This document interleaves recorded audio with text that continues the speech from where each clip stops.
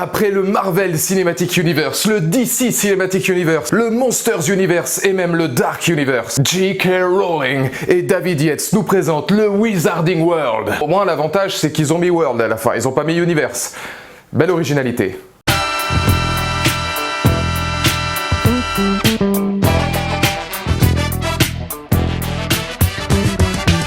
Bonjour à toutes et à tous, c'est Valou et bienvenue pour cette toute nouvelle vidéo, cette toute nouvelle critique consacrée aux Animaux Fantastiques 2, Les Crimes de Grindelwald, un film que j'attendais avec une certaine impatience quand même, vous avez pu le constater avec ma vidéo sur Harry Potter et le prisonnier d'Azkaban. J'aime beaucoup l'univers d'Harry Potter, j'ai grandi comme certains de ma génération, de la génération précédente et de la génération suivante, ça touche tout le monde de toute façon Harry Potter, avec l'univers des films, et les Animaux Fantastiques 2 aura au moins réussi à répondre au paradoxe Harry Potter post-l'Ordre du Phénix. Parce que si vous avez vu ma vidéo sur le prisonnier d'Azkaban, vous n'êtes pas sans savoir que pour moi Harry Potter c'est surtout le 1, 2, 3 et 4 dans une moindre mesure, parce que je trouvais étant gamin que David Yates avait littéralement tué la franchise et coulé Harry Potter avec lui. Et au fur et à mesure, notamment avec la sortie du premier Animaux Fantastiques, et puis quand tu atteins une certaine maturité par rapport à la fac, etc., tu vois quand même les films différemment que quand tu étais jeune, je me suis rendu compte que les films étaient peut-être pas si mauvais et que c'était peut-être pas simplement mon style de film, parce que le cinéma de David Yates, il est beaucoup plus axé sur les émotions des personnages,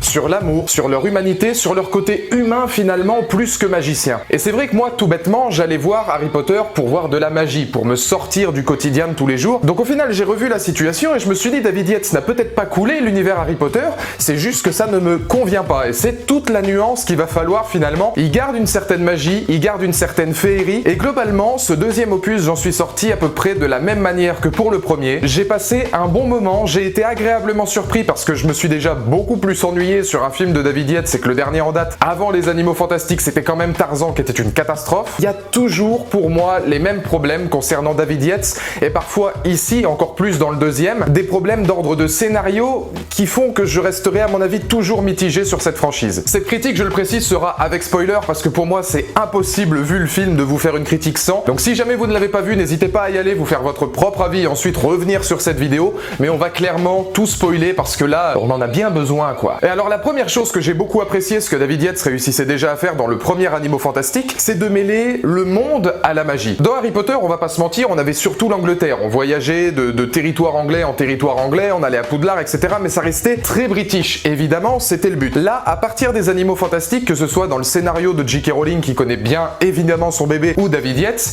dans le premier on avait New York, là on a Paris, cette capacité finalement d'emmener son spectateur dans un univers magique et de faire comprendre à son spectateur que la magie existe. Je pense par exemple au Sénégal, on voit qu'il y a aussi des mages africains, bon on le savait peut-être déjà avant, mais là c'est beaucoup plus exploité. Cette vocation qu'ont eu David Yates et J.K. Rowling de faire de leur Wizarding World un monde véritablement et de le rendre réaliste, de le rendre crédible aux yeux des non-mages et aux yeux des mages, j'ai trouvé ça vraiment pertinent parce que c'était pas forcément évident de réussir à rapprocher certaines cultures autour finalement d'un même mythe. Et j'en parlais au niveau des Animaux Fantastiques, notamment avec le Zouwu, je crois, ou le Zoulou, enfin je sais plus, mais c'est un animal chinois qui ressemble un petit peu à un chat géant qui est issu des rites asiatiques. Je trouve que le travail, non seulement de mêler les cultures, donc le mythe un petit peu, la culture asiatique, mêlé au design de la créature avec ce monde magique, mêler l'ensemble, je trouve ça génial. Mais là on se base quand même sur les crimes de Grindelwald, c'est-à-dire que l'axe principal, ça va être Grindelwald, et dans une autre mesure, ce sera Norbert Dragono et ses Animaux Fantastiques. À savoir que dans ce film-là, si c'est pas l'axe principal, on n'oublie pas les Animaux Fantastiques, où on arrive dans l'atelier, le manoir de Dragono, où il entretient et où justement il élève toutes ces créatures fantastiques. Là, la magie est là. Là, effectivement, la magie est présente. Que ce soit les anciens comme le Nifleur ou que ce soit les nouveaux comme la créature asiatique, si on voit véritablement l'idée principale de J.K. Rowling, ça s'appelle les Animaux Fantastiques. Ça se joue scénaristiquement sur tout un tas de petits détails qui vont ne pas oublier les Animaux Fantastiques et même sur des jeux de cadrage. Je pense notamment au Nifleur à certains moments. On sent que David Yates, il sait pertinemment que c'est là-dessus qu'il arrive en terrain conquis. C'est un petit peu le problème, je pense qu'il s'assoit largement sur ses acquis pour faire voyager son spectateur et à certains moments ramener le spectateur dans cet univers, puisqu'il sait que le spectateur arrive dans un tel univers tellement riche qu'il est en terrain conquis, mais dans ses jeux de cadrage, dans sa colorimétrie volontairement plus claire et plus colorée quand on arrive dans le manoir de Dragono, et dans ses ralentis, dans ses gros plans sur les Animaux Fantastiques, même sur le côté un peu mignon de certaines créatures, on sent qu'il travaille vraiment là-dessus parce qu'il sait que c'est la plus-value de son film. Ça peut être mal vu, dans le sens où on se dit bon, il travaille vraiment ses acquis, comme je l'ai dit, à défaut peut-être de créer des choses nouvelles. Moi je considère que que c'est plutôt intéressant puisque ça aide au scénario et ça reste quand même une part intégrante du film, même si l'axe scénaristique principal c'est Grindelwald. Dans les autres points positifs, alors là je pense qu'on sera tous d'accord, le personnage de Norbert Dragono, je l'adore. Il est vraiment d'une tendresse, il est tellement touchant, ça doit être tellement dur à interpréter un rôle comme ça. Je pense notamment au flashback qu'il y a à Poudlard, alors toute la partie Poudlard, j'y reviendrai après, où on voit que le gamin qui a été choisi pour jouer ensuite le personnage de Dragono, c'est exactement la même personne, les mêmes mimiques, les mêmes rictus. Il est capable, lui, sans un flot de dialogue extraordinaire, parce que si vous avez bien remarqué, il parle pas tant que ça. Pour moi, c'est même pas le personnage principal du film, j'y reviendrai. Mais il a une capacité au niveau du visage, au niveau des mimiques, de transmettre une émotion, où pour moi, je vous le dis, Dragono, c'est un des meilleurs personnages de tout l'univers compris, à la lisière presque de la folie à certains moments, mais toujours dans un espèce de calme environnant, où on sent que, encore une fois, l'attrait des animaux fantastiques et l'utilisation est important, puisque les animaux fantastiques sont presque les seules personnes, puisqu'elles sont personnifiées dans le film, à qui Dragono va parler, ou en tout cas n'aura aucun mal à discuter. Et toute l'importance des animaux fantastiques réside aussi dans cette relation qu'ils ont avec Norbert Dragono. Il y a quelques personnages qui sont bien travaillés dans le film, je pense à Dan Glover qui a rejoint le casting, j'aime pas trop parler de Walking Dead, mais qui a rejoint le casting de Walking Dead dans l'épisode 6, voilà, je l'ai dit, qui lui est un moldu et qui va avoir une importance aussi plutôt subtile, je trouve, dans le film. Alors là, évidemment, David Yates oblige, ça va être sur des sentiments, des histoires d'amour, etc. parce qu'il aime beaucoup inclure son cinéma là-dessus. Mais quand même, c'est ce personnage-là qui, à chaque fois,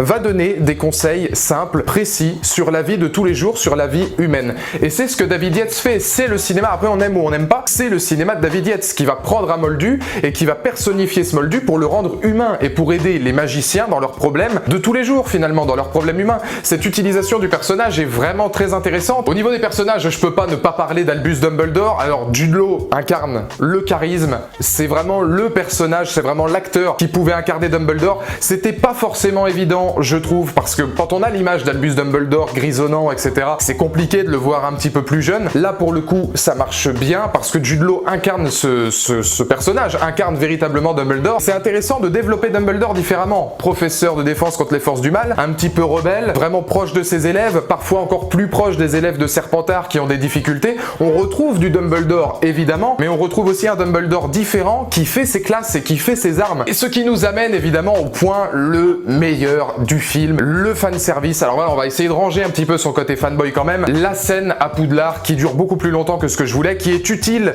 pour travailler la famille Lestrange. Alors ça aussi c'est quelque chose que j'ai beaucoup aimé, qu'on accentue énormément son film sur la famille Lestrange qui était quand même secondaire dans l'univers des Harry Potter, ou en tout cas dans l'univers filmique, c'est vraiment très intéressant. Et alors, ne serait-ce que revoir les costumes, les quelques easter eggs à droite à gauche, voilà, le ridiculus, l'épouvantard, qui est là pour développer la peur de l'état Lestrange, donc encore une fois, niveau scénario, c'est utile. Les joueurs de Quidditch qui vont y aller, ça dure que 2 secondes. Le fanservice, je trouve qu'il est peu exploité dans la partie à Poudlard, beaucoup plus sur la suite, où là, par exemple, j'ai vraiment trouvé que ça ne servait à rien. Et je me souviens, alors, vous pourrez regarder, j'ai fait la vidéo, j'ai essayé de tempérer un peu la vidéo de Maître du Gorille, Reg le Gorilla, donc vous me verrez 2 fois dans 2 critiques des animaux fantastiques, et lui, il trouvait que c'était du fanservice, le Quidditch, il a pas... Moi, j'étais là, j'ai fait putain, et je me souviens, dans la salle, je lui ai dit, ah là, ça devient pas mal, ah là, ça devient bien. Mais parce que tu arrives en terrain conquis, et David Yates le sait, et il utilise certains éléments pour aider son scénario. Là, c'est bien, et la partie à Poudlard, elle est magique. Moi, je viens voir un Wizarding World pour voir de la magie. Je ne viens pas pour voir un moldu se faire larguer sous la flotte par Queenie. Dans l'ordre du Phénix, même si j'ai lu les bouquins, je ne venais pas voir Harry Potter ou une pelle à chaud. Je n'en ai rien à foutre, je le dis. Il y a parfois du fanservice comme le professeur McGonagall que je trouvais un peu too much en termes de timeline justement, enfin... Ça m'a un petit peu fait bizarre, je me suis dit attends elle est déjà vivante, alors elle aussi ça veut dire qu'elle peut vivre beaucoup plus longtemps qu'on l'imaginerait. T'as certaines incohérences à certains moments je pense de scénario, que tu connaisses un petit peu l'univers ou non, mais globalement la magie est là. Donc voilà pour les points positifs, vous voyez quand même qu'ils sont nombreux, et le point négatif, alors pour moi c'est le scénario, la fin du film. Là on a 2h15 d'intro pour arriver au suivant, je suis désolé, effectivement c'est vrai, on a l'impression de voir une grande intro où la meilleure scène c'est le discours de Grindelwald, donc de Johnny Depp à la fin, en termes purement filmiques sans parler d'histoire, qu'on se soit focus 2h15 pour 20 minutes d'introduction à l'épisode 3. C'est un petit peu dommage. Et là, le fanservice est peut-être un peu trop. Je pense notamment à Nicolas Flamel, où on va vraiment mettre un gros plan sur la pierre philosophale, histoire de regarde, c'est Nicolas Flamel. Je suis pas sûr que si on avait mis un no-name à la place, c'était peut-être plus intéressant. J'ai pas vu dans le film, en tout cas dans le deuxième, peut-être que le 3 me fera mentir. Évidemment, dans les commentaires, si vous n'êtes pas d'accord, n'hésitez pas à me le dire. J'ai pas vu l'importance dans ce deuxième opus de mettre Flamel. Je pense qu'on mettait un no-name à la place, c'était tout aussi bien. Nagini, La scène avec Nagini, d'accord, c'est vrai que, encore une fois, tu rentres un petit peu dans l'univers des monstres de foire, là t'es presque dans le fantastique, puisque c'est une sorte de cirque des monstres, enfin voilà, là tu te rends compte qu'il y a un côté très néfaste aussi, bien plus gros que l'allée des embrumes dans Harry Potter et la chambre des secrets, il y a un côté très sombre aussi dans l'univers d'Harry Potter, mais est-ce utile de mettre Nagini dans le deuxième, sachant que moi je n'ai aucune idée de comment elle va arriver jusqu'à Voldemort, qu'est-ce qui va se passer, sa relation avec Croyance, on sait qu'a priori il se rencontre dans ce cirque des monstres, mais c'est pas développé, les motivations de la plupart des protagonistes ne sont pas développées, Grindelwald il est passé sous silence pendant un très long moment alors que c'est censé quand même être les crimes de Grindelwald, la dernière scène du discours de Johnny Depp, elle est monstrueuse, il y a un message derrière, il y a quand même une représentation de la guerre et de surcroît, le message de Grindelwald, il peut être écoutable pour tous les autres, et là oui, ok, les motivations du personnage sont intéressantes, mais il faut 2h10 pour nous le dire. Et la scène finale, la grande révélation finale, Aurelius Dumbledore, ou alors là, bon voilà, moi je m'y connais pas suffisamment, donc je laisserai ça aux Potterheads, comme on les appelle, mais honnêtement, Aurelius Dumbledore, ouais, alors ça vient de l'espace, ça vient de nulle part, lignée de sang pur, je veux bien, je m'y connais pas suffisamment pour dire conneries, sinon je vais me faire traiter, mais il y avait tellement mieux, enfin je veux dire, il y avait énormément de situations qui auraient été mieux qu'en faire le frère de Dumbledore. Je sais pas s'il y aura des spin-offs sur la famille Malfoy, etc., ou des trucs comme ça, mais voir l'héritier par exemple des Malfoy, ça aurait été vachement intéressant. Je pensais pendant un temps à Voldemort, mais chronologiquement c'était pas possible. Mais si jamais ça avait été voilà l'héritier, le descendant lointain des Malfoy ou quoi que ce soit, ça fait tellement solution de facilité que tu sors de ça, t'auras deux écoles, t'auras ceux qui se disent oh putain c'est pas possible le frère de Dumbledore. Bon d'accord, et puis t'as les autres qui ouais, tout ça pour ça, enfin je veux dire scénaristiquement c'est pas ouf quoi. Et c'est un peu ça le problème, en termes de cadrage, de mise en scène, etc.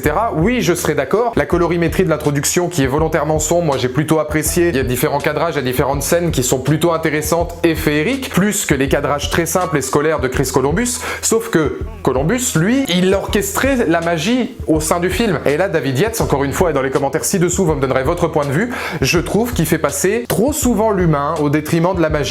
Et dans un film magique, c'est un peu dommage, d'autant plus si le scénario est peut-être un petit peu plus faible que les précédents. Donc encore une fois, dans les commentaires ci-dessous, n'hésitez pas à me donner votre point de vue. Allez-y quand même pour vous faire votre opinion, parce que c'est un film à mon avis qui va faire parler. Ce sera soit on aime, soit on déteste. J'essaie d'être la nuance. C'est peut-être le plus dur.